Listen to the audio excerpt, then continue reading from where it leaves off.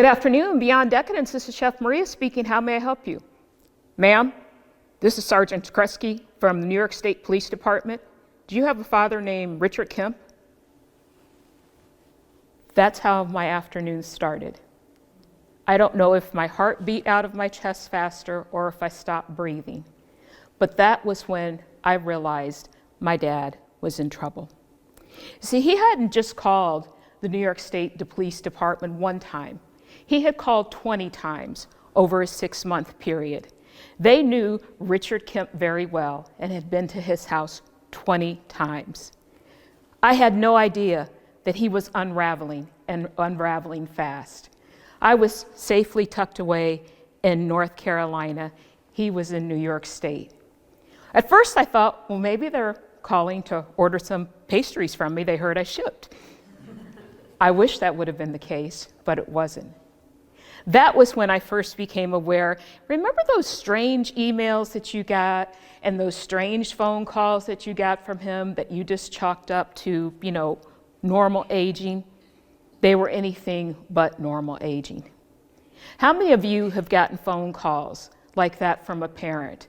Maybe I'd love to see a show of hands, and kind of just brushed it off thinking, they're just getting old and they're getting a little weird. Well, as family, we can miss that. So if we miss that as family, because we're just talking to them on the phone, we're not always seeing them on a video call or seeing them in person, and it's easy to hide what's really taking place. So if we're missing it as family members, how can leaders be expected to know what's going on when personal emergencies with their team? The statistics are alarming. We call it the hidden workforce when we're talking about caregivers. Do you know why? Because caregivers, when they find themselves into that role, don't step into the boss's office and go, hi, I'm now a caregiver. I'm taking care of mom, dad, my son with Alzheimer's, my father with Alzheimer's, and the cat looks a little suspicious too. No, they don't do that.